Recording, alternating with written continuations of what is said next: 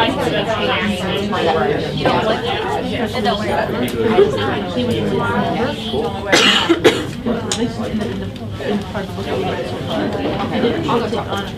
you ready for us to start? Yeah.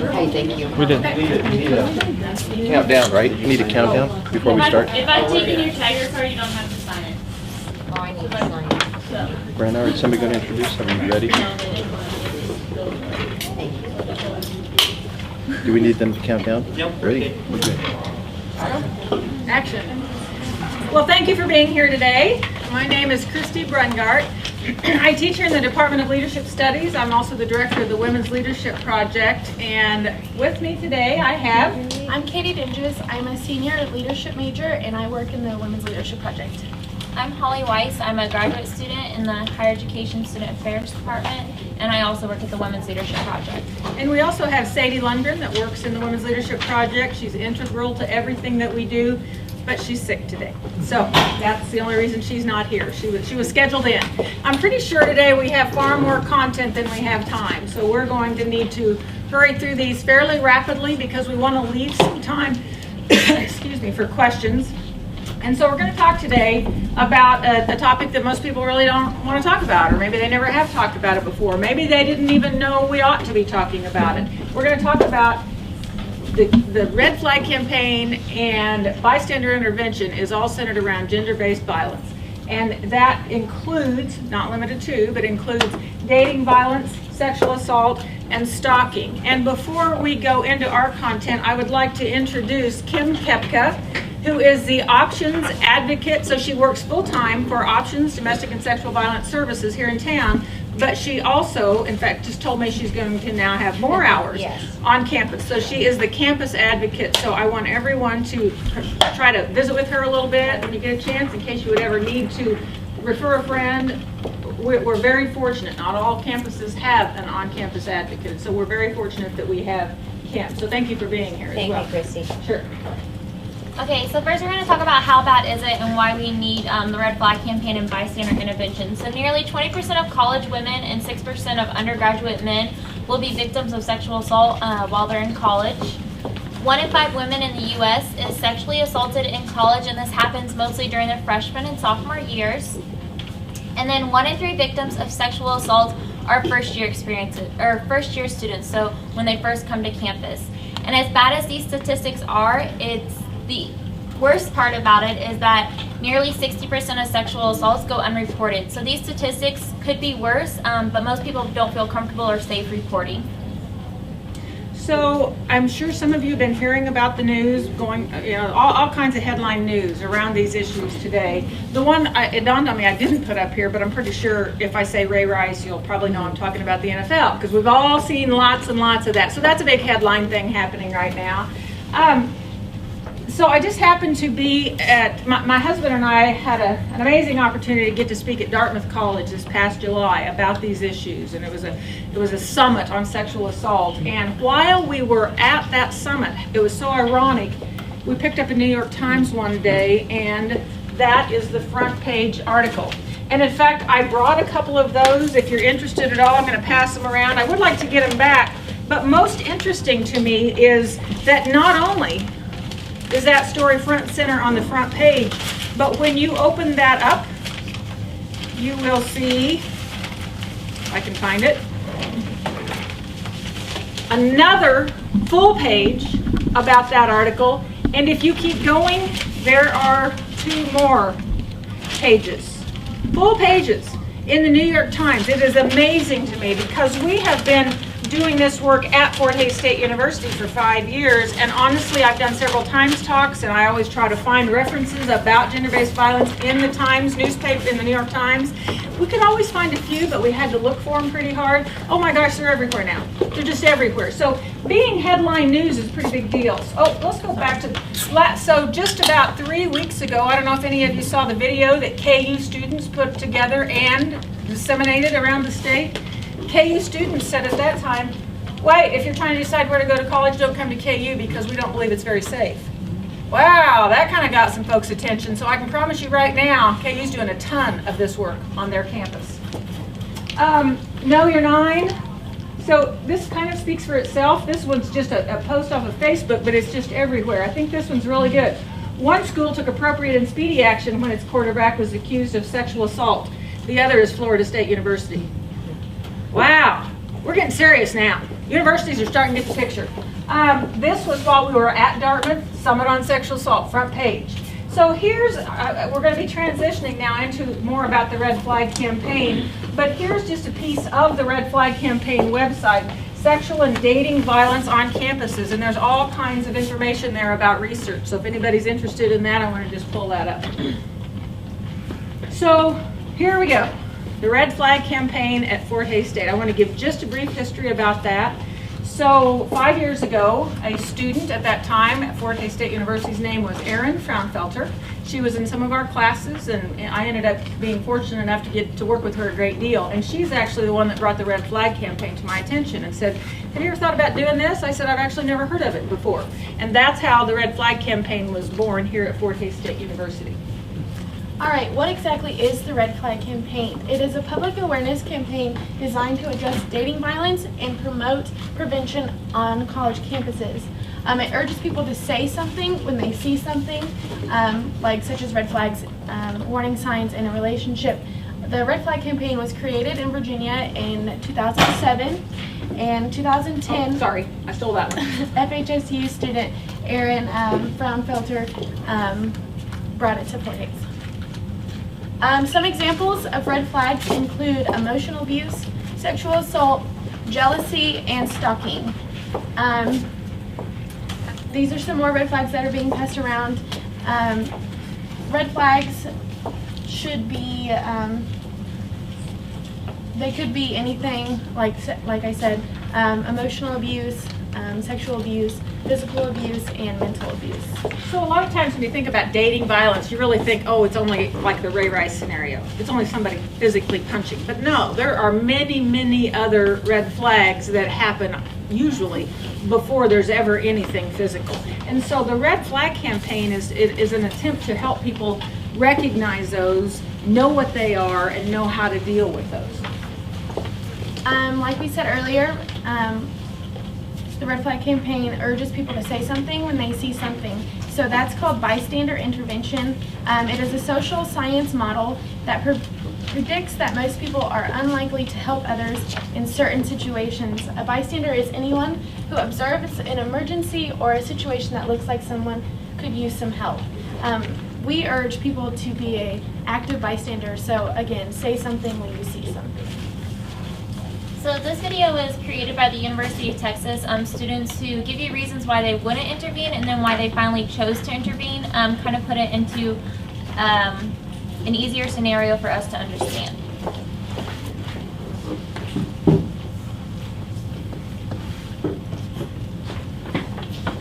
We all went to her place to meet up before we went out.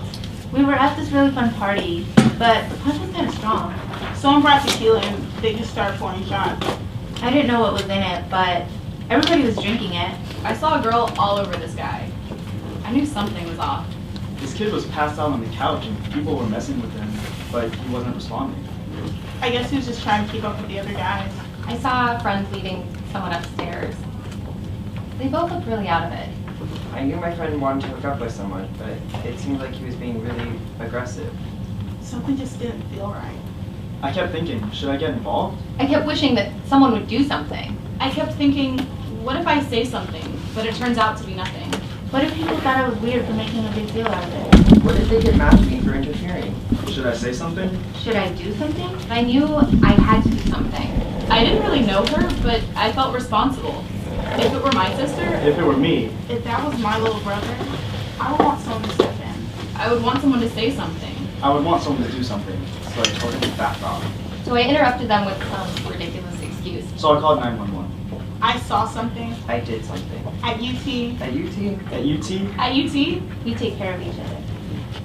And we would hope that here at Fort Hays we take care of each other, our peers, our friends, and even strangers if you feel like someone's in a bad situation. So what does it look like to step in and help somebody? We're going to give you 4 ideas on how you can intervene, very basic ones that could help someone. So the first one is just checking in. Ask that person if they're okay with what's going on. It's as simple as walking up and saying, hey, is everything all right? Do you need anything? You never know. They could say, no, I'm fine. This isn't a problem. Or you could be helping someone. The second is call it as you see it. Tell them what they're doing is not okay. Sometimes we make decisions and we don't even know that what we're doing is wrong, but holding each other accountable for the things that we say, do, or how we act could change the way a person is affecting another person. The third one is get involved. Only do it if you can do it safely. Cause a distraction. Ask them to go to the restroom with you, go get a drink together. Anything to split the group up if you see that there's something that is uncomfortable. The fourth is get help. It can be uncomfortable to walk up and intervene in a situation, so take a group of friends with you, or take a guy with you, or go find like a bouncer or the police to help you. And we only recommend that you intervene if you can do it safely. Avoid any dangerous situation, because putting both of you in a dangerous situation won't help. So if you're at a bar, find bouncers. If you're in a social area, call the police, but never put yourself in harm's way. So beyond just here at Fort Hays State University, I mean, campuses everywhere are struggling with this. And yet most of the trainings about these issues for college campuses are held either on the East or West Coast. And so it's very expensive to send someone to be trained in how to handle all these Title IX issues. So the underlying law that says if people aren't having an equal experience at college, it is illegal. That is an illegal thing, because Title IX says, regardless of the facet, whether it's in the classroom, whether it's in sports, whether it's in whatever, every student that is enrolled in higher education should be guaranteed equal opportunity. And so to go learn more about Title IX and about all of the things that you need to know to provide every single student an equal opportunity on your campus is very expensive. And so historically, many schools would just send one person, maybe two, because it was so expensive. So in an effort to try to help smaller institutions, or any institution here in the Heartland, so through an organization that I'm involved with called Janice Campaign, we created a regional conference. Last year was the first year we ever hosted it. We called it the Heartland Campus Safety Summit. We marketed it to Nebraska, Iowa, Missouri, and Kansas, and we hosted it on the UMKC campus in Kansas City. We had 154 people. I had actually just built the capacity for that conference to 150, so we were pretty full. We had 5 different states represented. Some people from Minnesota even came, and we had 42 different campuses and universities. So we were pretty excited about that. We have that upcoming. You can find more about it. It's just Heartland Summit. I forgot to bring the cards, but just Heartland Summit. So that is going to happen, but this year we've even added a second day. So the day before, you can come to a pre-conference workshop that is all about bystander intervention education. And we've actually built that for 175 people this year. We've added Arkansas and Oklahoma to our marketing. And as of this morning, my husband and I are trying to decide, do we just shut it off? Because the bystander intervention piece of this is pretty full. It's pretty full. We're trying to decide, can we make it work to let a few more people in? But I tell you that not only because it'd be a great place if any of you are interested in learning more. This year it will happen on the campus of Johnson County Community College, who they have been wonderful to work with. And so we tried to make it close, make it more local, make it inexpensive. So rather than the 1,000 or 2 that it would cost to send several people to the East or the West Coast to do this, you can come to the Heartland Campus Safety Summit, or even the bystander intervention, for less than $100. If you just come to one or the other of those, it's going to be less than $100, and you can probably drive home at night. So it doesn't take near the hotel, you don't have to plane ticket, and the universities around the Heartland are really responding to that. So seek out opportunities to go learn more about this, because whether you're a student, whether you're an administrator, whether you're a faculty member, it doesn't matter. We all have a responsibility about these issues. And so all of us need to learn more. I can promise you I'm just learning as fast as I can, and I still feel like I don't know nearly enough. So this is an app that I decided we weren't going to show the video this year because we've shown it, I think, 3 times talks. So we didn't show it. Has anybody not heard much about the Circle of 6 app? Is there anybody that doesn't know? Okay, so maybe I do need to talk about it a little bit. So what I'm passing out right here, Katie, I'll let you do this. So what I'm passing out here, Katie's going to pass out, this is nothing more than a reminder. This little business card kind of thing, this is nothing more than a reminder. But it is a reminder to download the Circle of Six app. And so rarely do I not have my phone in my hand, like many students I know. I better get it in my hand. So all that this is a reminder that you should download the Circle of Six app. And I actually had a Hayes High School student a year and a half ago had asked if she could shadow me on campus and do this kind of work. And I said to her, so here's a really cool app, but what would it take to get your friends to all remember to download it and use it? And she said, I don't know, because they'll hear it somewhere else, and I don't know how they'll ever remember it. And I said, well, what could we create as a reminder? And actually, this is Maddie Peters that did this. She is the daughter of Jessica Hieronymus, who teaches in accounting here at Fort Hays State University. She created this. This is just a reminder to do it. The app itself says, once you have it downloaded, you visit with 6 of your friends that are nearby. So if you got into a problem, you would already have them in your circle, and there would be 6 of them programmed in so that if you ever got in a position you did not feel safe, if you just wanted to talk to somebody about, I don't think this is a healthy relationship, but I'm not sure about that. If you wanted to call a hotline, you can actually program in, like here, you can actually put one in to options. But if you got in that really scary situation that you felt like you needed help immediately, you would push that button, and all 6 of those people would get a text message from you that says, I need help, and here's my GPS coordinates of where I am. Please come get me. All you have to do is tap this phone twice, and that happens. And I will attest to the fact that it works. Because last year, I was trying to teach someone how to use this, and I actually did it. And my 6 people started going crazy because I'm on my phone, I'm using it. So I'm not answering calls. They all started calling Kurt, going, what's going on? What's wrong with Christie? And he's like, I don't know, I'm on a lake. What do you think's wrong? But they had gotten a message because I had that Circle of Six app. So that I think is a really important safety precaution that you can just do if you've got a smartphone, doesn't matter what kind, but if you have a smartphone, that works. Okay, so we've kind of given you what the issue is and what bystander intervention is. Now what do you do if you see a red flag or you know someone who's a victim of the red flags? The first one I'm going to talk about is confidential, and well, I'll tell you what the difference is. So confidential are people you can report to on campus who are not required to go any further than just you speaking to them about these issues. So people that you want to talk to about it. Those would include the Student Health Center, our Options Advocate, which is Kim Kepka, and then also in the Kelly Center. Those are places you can go just if you need to talk to someone and know what your options are. The second is non-confidential. So these people are required by law to open an investigation about the sexual assault or the rape or whatever you're dealing with on our campus. So that would be Title IX Coordinator Dr. Keegan Nichols. She's located in Sheridan Hall, room 208. Campus police, or even you could call 911. And then also your RAs. So a lot of times students feel comfortable going to the RAs, and they should just be aware that if you do, they are required by law to take it a step further and report it.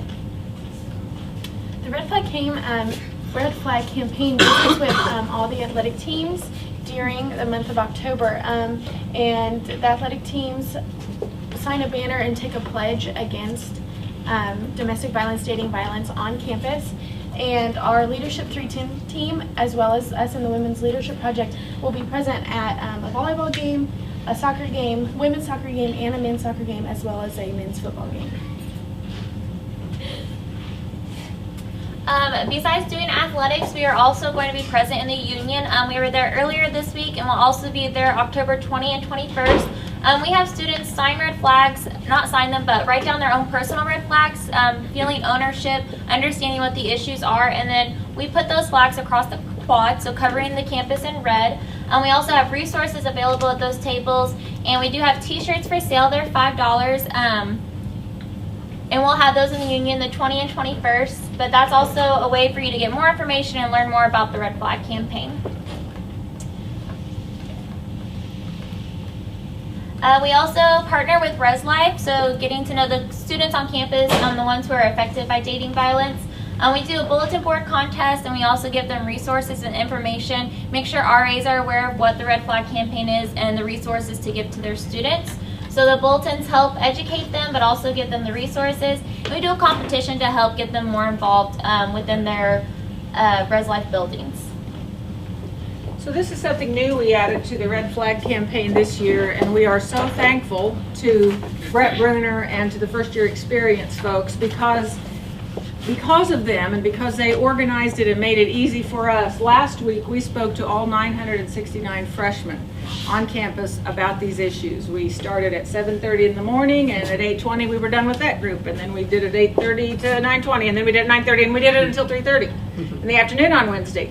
That was a trial for an old woman, I'm telling you. That's a deal to stand up all day and be on all day long. And then Holly, Kaiti, and Sadie, Kim was there with us both days, but they did it all the second day. And we have had feedback today from actually the 310 student that wasn't able to be here, I think right now. But she was telling me today, I had her in a class, and she said that when they were sitting at the booth in the union, a number of faculty came up to them and said that was so impactful because when we went back to our freshman seminar classes, then together, we were able to talk to them much more. It really created a space for people to talk about very difficult issues that usually just get ignored. And so we were very, very thankful to be able to have the opportunity to do that. Plus, I hated to throw this in because I don't want anybody thinking this is why we did it. We did it because we really want all the freshmen to understand and know much more about these issues. But it doesn't hurt anything that now that is mandated, and we are supposed to be doing that on college campuses. And when I talk to my folks as a follow-up to that Dartmouth College opportunity that my husband and I had, we are each now on separate working committees that we're going to be working all year long for 3 years on these issues. And so I'm in conversation with some of those people from the Dartmouth Summit regularly. And when I said to them we were going to get to do this, we're talking like Brown University, we're talking, you know, Dartmouth. And they're like, you what? You get every single freshman for 50 minutes about nothing but gender-based violence? Yep. So it is a big deal that we got to do that at Fort Hays State University, and we really did appreciate the opportunity. So this, I know you can't read this, so we brought these to pass around. I'll start some over here. But I want to tell you a little bit about this. So what's coming around here is an essay about consent. And so oftentimes, not just on college campuses, but anywhere, that there is an issue of sexual assault. Of course, it's he said, she said, it was consensual, it was not. It ends up being all kinds of controversy about was there consent or was there not. And many of you probably know Andre Brisson, who teaches here at Fort Hays State University. And this past summer, Andre's daughter, Delphine, worked with us in a nonprofit called Jana's Campaign all summer. She volunteered. I shouldn't say she worked. She did work, but she did not get paid. So she volunteered to work in Jana's Campaign this summer, and she actually goes to college and school in California. And this is an issue at every college campus. What is consent and what is not? Can you give consent? And what are times that you cannot? Well, if you've had one alcoholic beverage legally in the state of Kansas, you cannot give consent. So every state's a little bit different, but there's all kinds of reasons why people should understand more about consent. So Delphine wrote this up, and I thought it was important for people to read it and to understand more about why is this consent business so controversial. Christie, could you please clarify that? You said after one drink you can't give consent. After one drink, if it can be proven, then Kim could probably talk to this. You want to just speak to this? Sure. After one drink, depending on the size, weight of the person and what they've had to eat, not eat that day, they can actually be unable to give informed consent. They can actually be tested, and if they're caught at that time, but Yeah, any alcoholic beverage induced into the situation, and the state of Kansas, it just says they've just come down to one drink. Because they don't know. Still, okay, a guy asks a girl if she wants to mess around. She says yes, but she's had a drink. What does that mean that the guy can then be accused of attacking her because even though she gave consent because she had had a drink? Is that the way it works? Basically, yes, Okay. the investigation will have to take place, and if there's no founding for it, I mean, obviously with one drink, it's gonna be hard to go there, but they've set the standard, they've set the bar there just to make a statement. And it's different in different states. This isn't a Yes. federal thing. This is different in different states. We better go on, and then we're going to have time, I think, to open it up for questions. So many of you have heard about this. I mean, we've worked with the Defensive Tactics Club now for several years. This past Saturday was the self-defense workshop. The Defensive Tactics coaches always do the training, and they're amazing, and they've done it now. This is the 9th workshop they've put on for us over a number of different years, and we've had anywhere from 30 people attend up to 110 people attended one time. I think this time, what'd you decide, Katie? How many? 60. 60. So we had 60 people. So it just varies, but self-defense workshops are just one more tool that if you go to those and you learn a little more about it, it helps raise your awareness about being cognizant of these issues at all times. Here's one thing that I wasn't able to attend. It's the first one I've had to miss, but I was not able to be there Saturday. But I wanted to show you one thing that Kent and Russell said at our spring one that I'd never really thought about. And I'm pretty cognizant of these issues, and I'd never really thought about it. But I know I'm guilty of it. So have any of you ever walked across campus or maybe like to the parking lot and checked your phone? And what Kenton says is, are you really aware of what's going on around you when you're focused on the text that you just got? Nope, I never did. And that is just such a common sense, everyday kind of tip that really stuck with me last spring when Kenton said that, because I'm guilty of it. I do it all the time. I've done it in the dark. I work late, I walk off campus doing this, not even thinking what's going on around me. So that was a tip that kind of stuck in my mind. So this year, the Women's Leadership Project is very fortunate to have a Leadership 310 team whose focus is on gender-based violence on college campuses, and they are the defenders of the broken. And we have several of them present with us today. Put your hand up. They are volunteering their time and quite a bit of time helping us with the Red Flag campaign, and they'll also be doing more work into the semester past the Red Flag campaign, raising awareness about these issues on college campuses. But before you go on, Corey, I didn't warn you about this, but Corey actually, so the 310 team, they came as the times that they could to all these sessions about the freshman seminar. Do you think, in a nutshell, like, could you tell them, so we actually have a video, thankfully. I was not able to be at one of the sessions that Corey did this, but Corey actually stood up in front of a whole bunch of freshmen and took the microphone and said, now I'd like to talk to the men.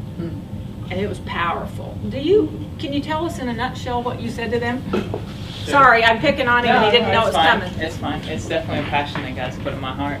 And basically I just told him that I came across a statistic that said 35% of males in college would commit, or admitted that they would want to commit a violent rape if they knew they could get away with it. And I read that and it really just made me sick. And so God just put in my heart that, hey, men need to be a part of this. And I basically just told the guys that we were designed to be protectors, not persecutors.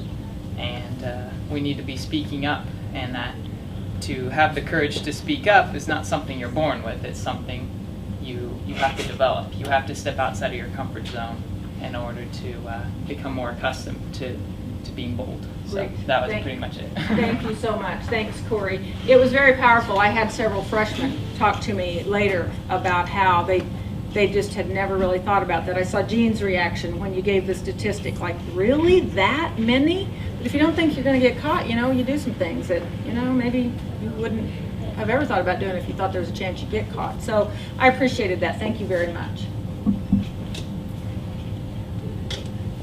And speaking of that, so my husband is Dr. Brungardt, and he is actually creating, just in process, but it's got a website now. I mean, you can find much more information about this. But he's creating a structure here at Fort Hays State called the Campus Men's Action Network, saying, hey guys, you know, for 40 years, really this whole movement to try to fight gender-based violence is about only 40 years old in this country. And it's nearly always been a whole bunch of women talking to a whole bunch of women. And it was perceived as a woman's issue. When really, if you look at the statistics, 85 to 90% of the time, women are victims, but of course that means that many of those times, men are perpetrators. And so Kurt and others around the country, in fact around the world, are starting to say, hey, if this is anything, it's a man's issue. We just haven't been in the conversation. So Kurt believes that there's a great deal of work that needs to be done with this Campus Men's Action Network.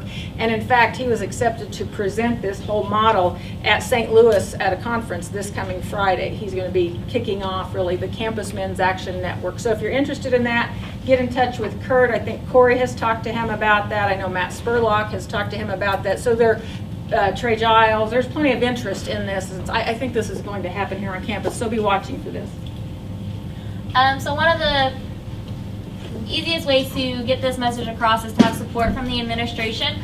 So we're very excited that we have President Martin's support. She actually stopped by our table on Monday, made her own red flag that this doesn't happen on our campus, or that we won't let it happen on our campus. And it's just showing a lot of support, helping us promote the issue. So be thankful here at Fort Hays that we have the administration support in going through with all these programs that we do. Okay, so we're gonna end here by giving you an idea of the events that we're doing and how you can learn more. So we're going to be at the athletic events like Katie talked about earlier. We're also going to have tables in the Union the 20th and 21st, like I said, for resources, t-shirt sales, and you can create your own red flag. October 24th, we do have little reminders for you if you'd like to take one. We're going to try to raise awareness about the university being a community and being involved in this. It's Red Day. It's going to be on FHSU Quad at 9 a.m. If you'll wear red that day, any t-shirt, scarf, anything like that, come together. We'll take a large picture to show the university's support of taking the pledge to help end gender-based violence on our campus. There'll be donuts and coffee. The 26th, the Criminal Justice Club actually created Janice Jewelry as a way to raise awareness about gender-based violence, and we also have flyers for that as reminders and let you know how you can get involved, and that'll be the 26th from 1:30 to 4:30 p.m. in the Black and Gold room. And I think that's it. And there'll be enough emails, you'll be sick of hearing about the Red Flag campaign by October 31st, so watch for those. Okay, so are there any questions about gender-based violence, anything about red flags or resources that you need? We do have Kim here if you wanted to talk to her about the options that students have on campus. And just as a reminder, we do have t-shirts for sale. If you'd like to purchase one today, we do have some in the back. I would just like to say too, before we open it up for questions, that I am so proud of Fort Hays State University, because this is a university that understands the whole idea about community, and regardless of where we go. So like this morning at 8:30, Holly and I were at the Student Health Center, and we're talking to them about some things that other campuses are doing around the country to try to help students understand. So we've met with the Kelly Center, we meet with people all over, and everyone says, yeah, and we can do that, and we can do that. And I know from having worked with people around the country that are trying to do this kind of work on their campus, that is not always the case. So I wanted to say publicly how proud I am to get to be a part of this community who really cares about these issues. So with that, what questions do you have for any of us, whether it's a 310 team, Kim, us? Okay, I don't know, have you seen that new show called Stalker? Yeah. Has anybody seen that? I Is have. that good or bad? Is that making it glamorizing? It's about people that are being stalked, and Yeah, then and it just I've started seen last it. week. I just saw the one last week. I have real mixed emotions about any shows like that, because I think if somebody is prone to those ideas anyway, you know, those are the people that kind of gravitate to that kind of material. It's kind of like it's the debate of video games too, and the violence in video games, violence on TV. Does it promote violence in our society? Of course it does. I think the scariest part about that to me is that my little 5-year-old and 11-year-old grandchildren are watching that, and it normalizes that for them. It isn't even like it's a big deal to them because they saw it on TV. And so the normalization of violence to me, video games are a prime example, but the normalization of violence is, it is horrendous to what it's doing to our, especially to our grandchildren. Other questions? We usually have some pretty good spirited debate about this. Do you have any other questions about the whole consent issue, Gary? Well, I just, I couldn't understand how that policy could work. Because, I mean, it could, a male could do it too and say, well, I had a drink and I consented to sex, but now I'm going to say that this woman assaulted me. Exactly. And it does can go either way. That I does think happen. they One did drink that. is really supposed to Well, lower your ability to make a rational decision enough to where... I don't know if that's why they did it, or if it's because it's hard to set like a 2, 3, 4 drink limit for different size people at different ages. So they set a 1 drink limit, and an investigation can be open. It doesn't mean that that person, that won't even come into play, but it can be open at that point. And that's the way I understood it to be, and that's why it was set at that level. And I think it's a really good thing to inform college students of, to make them be very clear of the decisions that they're making if they do choose to partake in alcohol, knowing the risks that they take, girls and guys, because there are guys who, after a few drinks, may not make a rational decision. Being aware of the risks that they take by having sex while intoxicated. So I do agree with you, like anyone could say that then, but I think it's more of being aware of the risks that you do take when drinking alcohol and knowing whether or not you can give consent. Absolutely. It's, you know, the breakdown in inhibitions is the root of most of the problems that alcohol causes. I also had another question, because I was frankly shocked at the research you cited that 30%. Do you remember the target population? Was that young males or was that the general? It was college age. And Okay. it was over, I think, 3 or 4 campuses. It's on the Red Flag Campaign website. So if you go to the resources, you can read that statistic. But yeah, it was just one study that I saw. And they list the methods of the study too? Do what? They cite the methods of the study too? I think at the bottom of the page they do, yes. So my question is, because it just seems like a lot of women get assaulted, but it's probably by a relatively small number of men, and we have these online sex registers for sex offenders. Is it not feasible for, like, say just on a campus wide, for any time, you know, and I know you got to protect the innocent, which is probably the big problem, but I mean, isn't there a way where, like, a woman who, if she's met a new guy and she wants to consider getting involved with him, she can go check a website and make sure that he doesn't have a history of assaulting women? Well, not if, I'm sorry. Go ahead. Not if no one reported that he ever did it. So a lot of women, or a lot of college students don't report that it's happening to them. So there's a chance that no one would even know that he would. And sexual assaults don't always happen by guys who, like, come out of the bushes and attack them. It's going to happen by people that they know. Kim has those stats. A lot of times it's by people you actually know, so you think this is a safe situation because I've gotten to know this person and I know them pretty well. I think the term Kim uses is acquaintance rape. So people that you feel comfortable with and would have no idea that they would actually do something like that. Or it's somebody that's just made a confidence move toward you and moved into your circle of reference. You may not even think anything of them, but they're thinking of you. To address the small group of men, I just went to a conference with Dr. David Lisak, and yes, what they're finding is that it is a very small, like 3% of the population, they're serial rapists. And by the time they start at 15 or 16, by the time they're halfway through college, they've raped 6. They'll cross gender, age lines. So yeah, it is a small amount, but they're raping a lot of people. And now that would be very effective if you could, even if it was informal. And if it was informal, again, probably there would be some innocent legal people issues, that would be posted on there. But because, you know, from what I have learned is it's, women have problems breaking away from these guys after they've sort of established a relationship with them, and if they can identify it early in the and say, get away from me, I don't want anything to do with you, the potential perpetrator would be more likely to disengage and go look for other prey.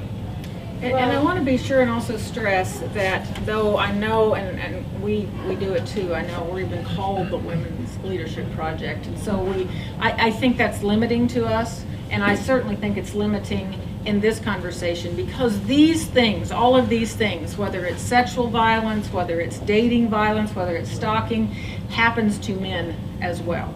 And so I know that we do that, I know that we are guilty of that, but I always want everyone to understand that there are men that are victims of all of these kind of crimes as well. And so and these things happen in the LGBT community, and so there's just all kinds of reasons why we need to broaden our language and not be so limiting and be so gender specific.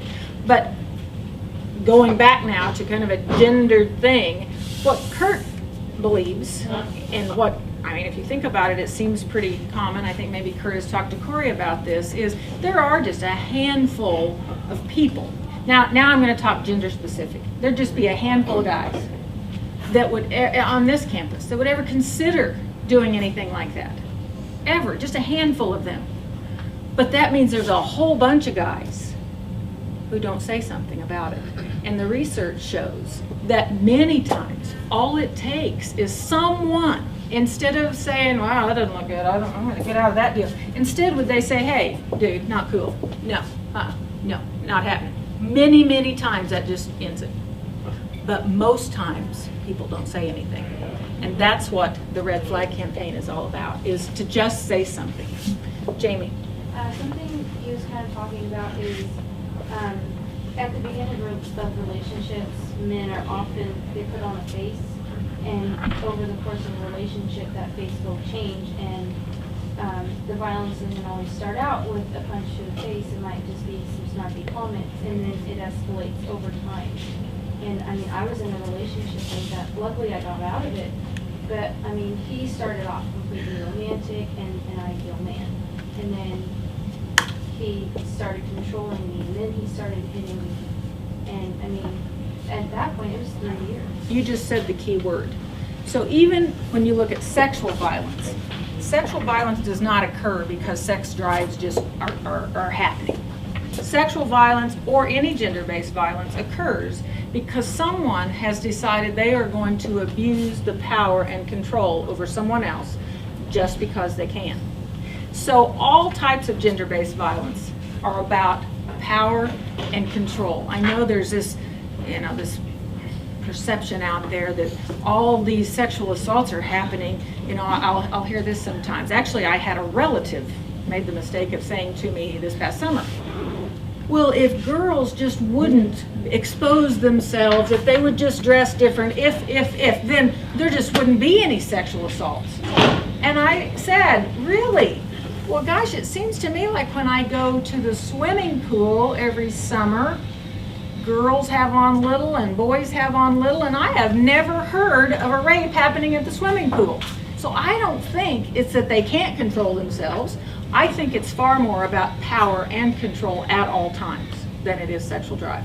And I think it's important, that's why education is so important on these issues, because they may not be physically violent at the beginning, but maybe they are emotionally abusive or they isolate you. So once the violence does occur, you don't have anyone to go to. So I think knowing what those red flags are and knowing the warning signs, you can potentially get out of that relationship before it hits those issues. And also being aware of resources on your campus. So if you do find yourself in this situation, you know where to go to for help. Even if you're wondering, I don't even know if this is a healthy relationship, or if you have a friend that you think, man, I don't think he or she is in a very healthy relationship, go see Kim. She's housed over in the Student Health Center. She's on campus quite a lot. Just visit with her about it. I was fortunate to grow up in a home that didn't have much of this kind of stuff. So, I mean, I was totally naive to it. Many of us are.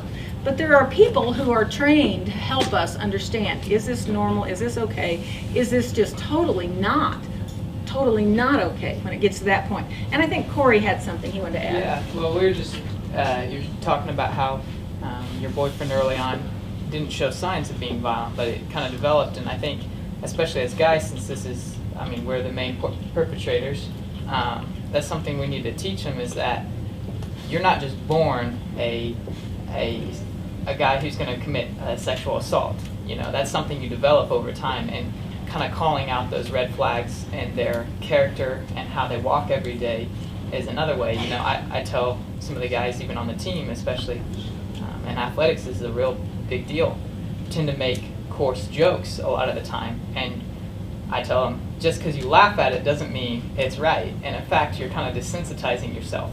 If you keep that up over time, your thought process will start changing, and before you know it, your words will dictate your actions eventually at some point or another. And so, especially as guys, calling out those flags early on, Powerful. Can make a big difference. Powerful. Kim, I think you had something. Yeah, just to remember that it crosses gender lines, specifically dating violence, and also the serial rapists, like I said, they'll cross gender lines because they look for the vulnerable. But for dating violence, I think, women can put on that same face and pretend to be, all of this. And then a woman's sense of entitlement is there, just like a man's sense of entitlement. I can hit you, but I'm a woman, you cannot hit me back. I can call you everything, but you can't do that to me. So just to remember, that's crossing those lines all the time. And in fact, if we look at all the statistics of all these different types, and we think about the newest device to commit gender-based violence with, is stalking, oftentimes through a cell phone. So sadly, girls, we're worse about it than the guys are. Where are you? Who are you with? When am I going to see you again? Why are you with them? Really? That's just about power and control. That's all that is. And so as far as statistically, sadly, technology has kind of leveled the playing field about who's doing it most, because women are worse about this than guys. So the rest of the 310 team, Kenzie, Caitlin, and anybody else, do you have anything else you want to add? You've been working hard on these issues as well. I don't want to exclude you. And I'd also, if you don't want to, just say no. I don't have anything to say. We don't want to make you either. Anything? I'm good right now. All right, other questions from anybody else? What else do we have? We want to answer anybody's thoughts or concerns or any questions that you have, if we can. Yes, Brad. I've been in quite a few previous relationships, and jealousy is a big deal whenever it comes to almost like all the relationships that I've ever been in.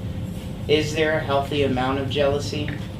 Wow. I guess my question. I'm going to look at the expert there. Well, I would say no, not really. I mean, jealousy can progress so easily into wanting to isolate that person from their friends. If you have a good, healthy relationship, you don't have that sense of jealousy about that person spending time or talking to others. I'd have to agree with that because I dated a guy from high school that was in a different town, and he was a very jealous type after we were dating for a while, and I was with him for about 2.5 years. So it went from just, seeing this guy from another town to me a year later knowing that I had no friends from my hometown anymore. Like, I just don't think any jealousy there is any good. I understand where you're coming from. Brad, I understand your question, because I think some people say, well, if they're jealous just a little, that means that they really like me and they care. Because if he's not jealous, then he just doesn't care if a guy is hitting on me. But I think that we skew those lines of what is appropriate and inappropriate ways of confronting people about jealousy. So I think there's a difference between being protective of your significant other and being jealous if that significant other is talking to a guy or a girl. I also would add to that, and I had thought I wasn't going to throw this in this presentation, but apparently I can't talk about these issues without it. So most of you already know that my 25-year-old daughter was murdered by her ex-boyfriend almost now, wow, 6 years ago. Amazing, amazing. It's been 6 years ago, but I want to tell you a little bit about, I mean, the tiny bit that I know about that. She dated this guy for about a year, and she was at KU Law School. She just finished her first year at KU Law School, and she called me and said, so I broke up with him. And I said, really? What happened? And she said, man, he just got wildly possessive. Bingo. So the main thing I want to point out about that is, I didn't know at that time that I should have said this to Jana, and maybe it wouldn't have mattered. Probably not. But if I would have known then what I know now, I would have said, well, Jana, this is the most dangerous time of your life right now. Because statistically, if you look a month either side of a breakup, so the 4 weeks surrounding a breakup is when many, many of these kinds of things occur, often stemming from excessive jealousy.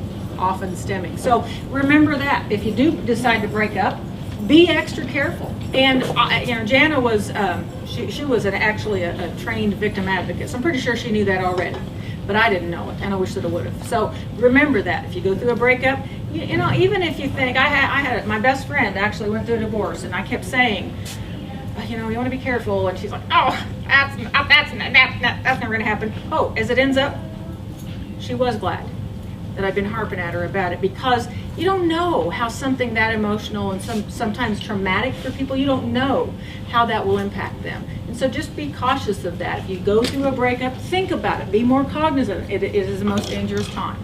Anything else? Thank you all for coming. We appreciate it very much. If there's things up here we didn't get passed around, we've got way more of all this stuff. If anybody wants to take some